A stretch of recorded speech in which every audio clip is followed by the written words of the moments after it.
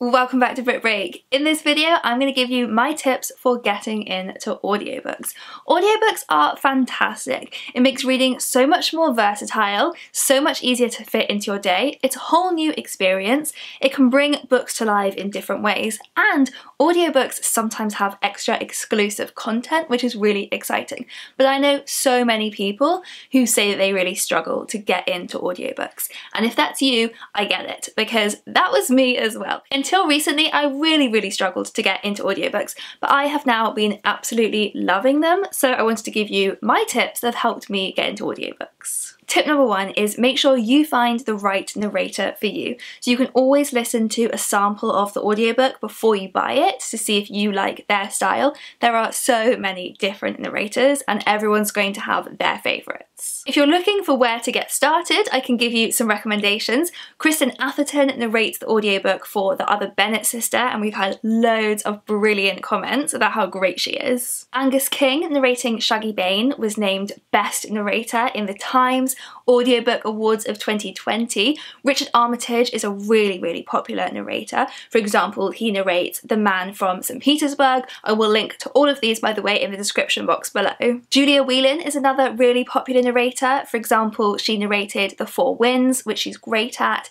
And recently, our new book, The Lamplighters, has two narrators, Tom Burke and Indira Varma, and they're both fantastic. So I will link to all those below, but there are so many more. So get listening to loads of samples and find out who you like. Some audiobooks even have full cast narrations, which is really fun. Tip number two is to set the right environment for listening. So get cozy, be comfortable. Do you want a snack? Do you feel relaxed? And also figure out what you like to do with your hands. Some people need to be doing an activity while they listen to audiobooks.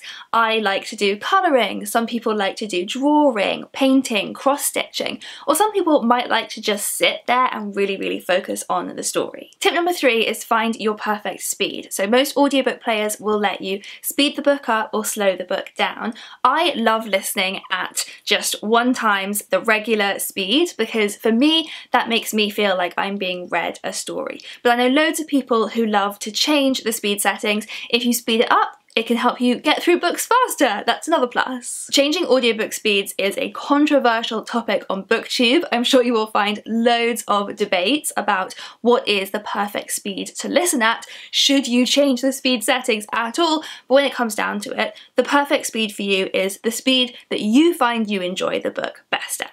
Tip number four for making listening to audiobooks more of a habit is find a routine. When are you going to fit listening to audiobooks into your day? So some people might listen on their commute. You might listen while you do laundry or do the washing up.